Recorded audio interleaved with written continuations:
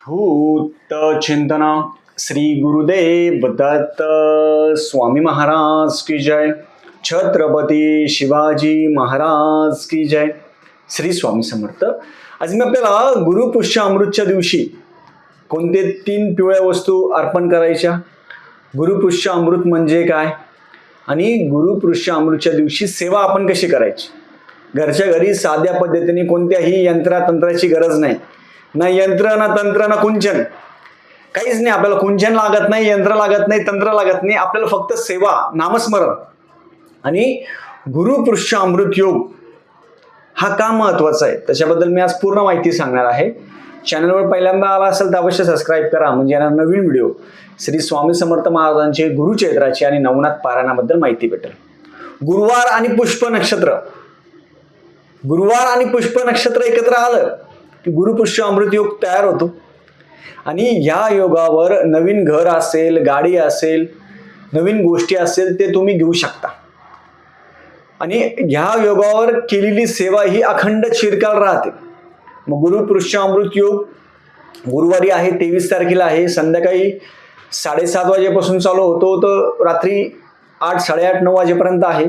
पण आपण दिवसभर सेवा करू शकतो, दिवसभर सेवा करू शकतो. सगळ्यात पहिले काय सेवा करायची, आपण आपल्या घरामध्ये कुलदेवता असेल, कुलदेवतेचा टाक असेल, खंडोबा असेल, देवी असेल, त्याच्यावर अभिषेक करावा. अभिषेक करावा. सगळ्यात पहिले आपण घरामध्ये गोमूत्र टाकायचं. आपला उंबरा असेल, उंबरा स्वच्छ, उंबराला हळद असेल, रांगोळी असेल, हळदीने आणि गोमूत्राने उंबरा पहिले स्वच्छ धुवून घ्यायचा. नंतर गॅसचा ओटा असतो, कोणाकडे चूल असेल, ओटा गॅस असेल, त्याची पूजा करायची. अग्निदेवता सगळ्यात प्रथम, अग्निदेवता सगळ्यात प्रथम. हे गेल्यानंतर तवा असेल, तव्यामध्ये आपण जे पहिले तूप असेल, तूप थोडं टाकायचं आणि तूप थोडं जळू द्यायचं. तव्यावर थोडं तूप आहे त्या दिवशी थोडं जळू द्या, थोडं तूप टाकून.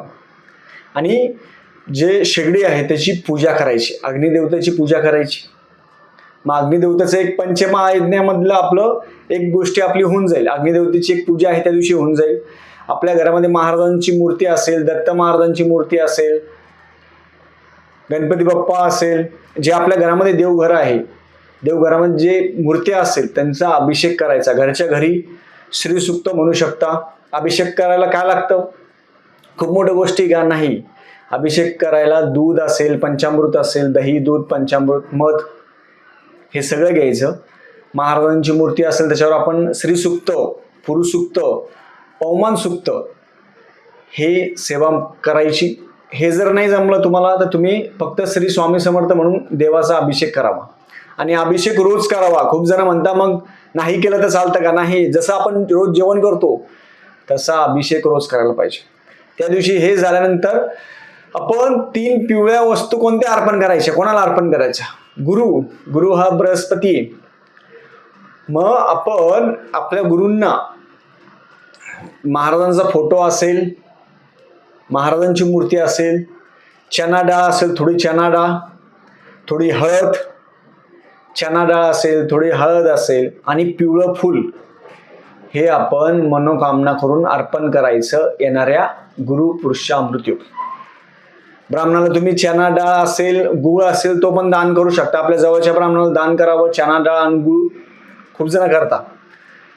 ज्यांचा गुरु वीक असेल, 8वा गुरु असेल, 4था गुरु असेल, 12वा गुरु चालू असेल, त्यांच्यासाठी खूप महत्वाचं आहे. गुरु म्हणजे काय, खूप जण म्हणतात गुरु म्हणजे काय, त्यांना वाटतं श्री स्वामी समर्थ महाराज गुरु, दत्त महाराज गुरु. नाही, गुरु हा ग्रह आहे, बृहस्पती. मग ज्यांचा गुरु कमजोर असेल, 8वा गुरु, 10वा गुरु, 4था गुरु, 12वा गुरु जास्त त्रास होत असेल तर त्यांनी अशाने काय करायचं, ज्यांचा 9वा स्थानी गुरु असतो, आपली पत्रिका आपण सगळ्यांनी आपण स्वतः बघा, आपल्या ग्रहामध्ये जर 9व्या स्थानी आपला गुरु असेल तर तुम्ही खूप भाग्यवान आहे. मग ज्यांचा गुरु अनिष्ट असेल त्यांनी काय करायचं, हे दान आहे ते दान द्यावं. रोज 9 स्तोत्र वाचायचं. 81 दिवस 9 वेळा 9 स्तोत्र वाचावं. त्याच्याने आपले जे सगळे 9 ग्रह आहे, रवी असेल, शुक्र असेल, हे सगळे 9 ग्रह आहे, शनी आहे, रवी आहे, परत राहू, केतू, नेपच्यून, मंगळ, हे सगळे जे ग्रह आहेत ते शांत होतात. रोज 9 वेळा 81 दिवस नवग्रह स्तोत्र वाचायचं. तुम्हाला कोणतीही शांती करायची गरज नाही, काही करायची गरज नाही. हे गुरुपुरुष अमृत योगापासून तुम्ही सेवा चालू करू शकता. त्या दिवशी तुम्ही स्वामीचरित्र जमलं तर स्वामीचरित्र पूर्ण वाचा, 21 अध्याय. संक्षिप्त गुरुचरित्र जमलं तर संक्षिप्त गुरुचरित्र वाचावं. आणि त्या दिवशी घरामध्ये गोमूत्र शिंपडा. गुरुपुरुष अमृत योगापासून आपण दिवे लावण्याची सेवा आहे, तो व्हिडिओ मी टाकलेला आहे, बघितला नसेल तर अवश्य बघावा. तो त्या दिवशीपासून सेवा चालू करून द्यायची. गुरुपुरुष अमृत योगावर शक्यतो करून कोणाच्या घरी जेवण करू नका. त्या योगावर जास्तीत जास्त नामस्मरण करायचं. त्या दिवशी जास्तीत जास्त तुम्ही नामस्मरण करा. नामस्मरण जेवढं जास्त करणार तेवढी तसं फळ आपल्याला भेटत असतं जास्तीत जास्त. आणि त्या दिवशी आपण गुरुपुरुष अमृत योगावर रात्री 7:30 वाजता जरी सुरू होत आहे तो योग, पण दिवसभर तो योग आहे. त्याच्यासोबत आपल्या पितरांसाठी काय करायचं, गुरुपुरुष अमृत योगावर पितरांसाठी आपण त्या दिवशी दक्षिण दिशेला रात्री संध्याकाळी तुमचं जेवण झाल्यानंतर काही हरकत नाहीये, दक्षिण दिशेला एक पाट ठेवा. तांब्या ठेवा किंवा स्टीलचा ठेवा, कोणताही ठेवा. ग्लासमध्ये पाणी ठेवायचं. अगरबत्ती लावा, धूप लावा, तुपाचा दिवा, तेलाचा दिवा लावा आणि दक्षिण दिशेला आपल्या पितराच्या नावाने आपण तो जो तांब्या आहे तो भरून ठेवावा, झाकण ठेवून द्यायचं. दुसऱ्या दिवशी ते पाणी आंघोळीच्या पाण्यामध्ये घ्या, घरामध्ये आजूबाजू शिंपडा, म्हणजे त्याच्याने आपले पित्र आहे ते तृप्त होतील. ते आपण दर पौर्णिमेला करू शकता, दर अमावस्याला करू शकता. दर अमावस्याला तर आपण करू शकतो, दर अमावस्याला पाणी भरून ठेवू शकतो पितरांच्या नावाने. त्याचे अनुभव खूप आहे. तुम्हाला काहीच कोणत्याच गोष्टीची गरज नाहीये. पित्र हे पाण्याने शांत होत असतात. तुम्हाला कोणतीही गोष्टीची गरज नाहीये, न यंत्र ना तंत्र, काहीच नाही. आपापल्या घरच्या घरी दक्षिण दिशेला, आता दक्षिण दिशा तुमची कोणत्याही साईडला आली, तुमची बेडरूम मध्ये येऊ द्या, किचन मध्ये येऊ द्या, काही नाही, तुमची कोणत्याही साईडला दक्षिण दिशेला जर आली तर तुम्ही पितरांसाठी तांब्या भरून ठेवू शकता, काही हरकत नाही. त्याच्यामध्ये पण खूप सेवा आहे. या दिवशी तुम्ही संक्षिप्त गुरुचरित्र वाचू शकता. 7 अध्याय संक्षिप्त गुरुचरित्र आहेत. ते रात्री संध्याकाळी 7:30 वाजेपासून तर 8, 8:30, 9 वाजेपर्यंत किंवा दिवसभर तुम्ही संक्षिप्त गुरुचरित्र वाचू शकता. त्याच्यामध्ये पण खूप महत्व आहे. तुपाचा दिवा, तेलाचा दिवा लावायचा. परत महाराजांना वरण भात भाजी पोळीचा नैवेद्य दाखवा. त्या दिवशी तुम्ही पिवळं वस्तू दान करायला खूप महत्व आहे, हे लक्षात ठेवा. ज्यांचा गुरु कमजोर असेल, 8वा गुरु, 4था गुरु, 12वा गुरु आपल्या कुंडलीमध्ये, त्यांनी काय करायचं, त्या दिवशी पिवळे जे वस्तू आहेत, चनाडा असेल, गुळ असेल, पिवळे वस्त्र असतात, हे ब्राह्मणाला संकल्प करून दान द्यायचे. खूप महत्व आहे, संकल्प करून दान द्यायचं. त्याच्याबरोबर आपण जवळच्या महादेवाला जायचं. महादेवांना आपण फुलं असेल, 11 फुलं असेल, 21 फुलं असेल, हे महादेवाला ओम नमः शिवाय म्हणून व्हायचं. महादेवाला ओम नमः शिवाय म्हणून आपण त्या दिवशी व्हायचं. त्या दिवशी तुम्ही स्वामीचरित्र पूर्ण 21 अध्याय दिवसभरात कधी वाचा, सकाळी, दुपारी, संध्याकाळी. संक्षिप्त गुरुचरित्र पण तुम्ही सकाळी, दुपारी, संध्याकाळी कधी वाचू शकता, काही बंधन नाही. गुरुपुरुष अमृतच्या योगावर कसं असतं, त्या दिवशी केलेली सेवा आहे ना, तर ती अनंत पटीने फळ देते. म्हणून काही गोष्टी नाही जमल्या आपल्याला तर दिवसभरात ते 24 तास आहे, त्या 24 तासामध्ये कमीत कमी 11,000 जप, 20,000 जप, 51,000 जप तो आपण करायला पाहिजे. काउंटर मशीन घ्या, काउंटर मशीन करा किंवा जपमाळ घ्या.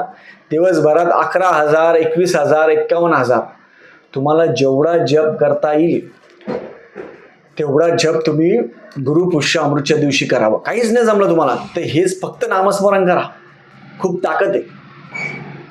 एवढी ताकद आहे नामस्मरणामध्ये. तुम्ही लिहून पण करू शकता. गुरुपुरुष अमृत दिवशी सकाळी तुम्ही 6 वाजेपासून तर रात्री 12 वाजेपर्यंत लिखित पण जप करू शकता. आणि त्या दिवशी केलेला जप आहे तो लिहून ठेवायचा. तो जप अनंत पटीने फळ देईल. आणि जेव्हा आपण काउंटरवर जप करतो ना, तर बाहेरचं जे वातावरण असतं, जे ताण असतो, चिंता असते, ते सगळं निघून जातं. म्हणून गुरुपुरुष अमृत योगावर आपण जास्तीत जास्त जप जास्त करावा. तुमच्या जप कोणाचा करायचा, आपल्या गुरूंचा जप करायचा. गुरु म्हणजे कोण, मग तुम्ही गुरूंचा जप करायचा म्हणजे काय करायचं, मग तुम्ही म्हणणार श्री स्वामी समर्थ महाराजांचा जप करायचा का, आपण ज्यांचा देहधारी गुरु, आपण गुरुमंत्र घेतला असेल, त्यांनी कानामध्ये मंत्र दिला असेल कोणी, आपला देहधारी गुरूंचा गुरुमंत्राचा जप करावा किंवा ओम बृहस्पते नमः.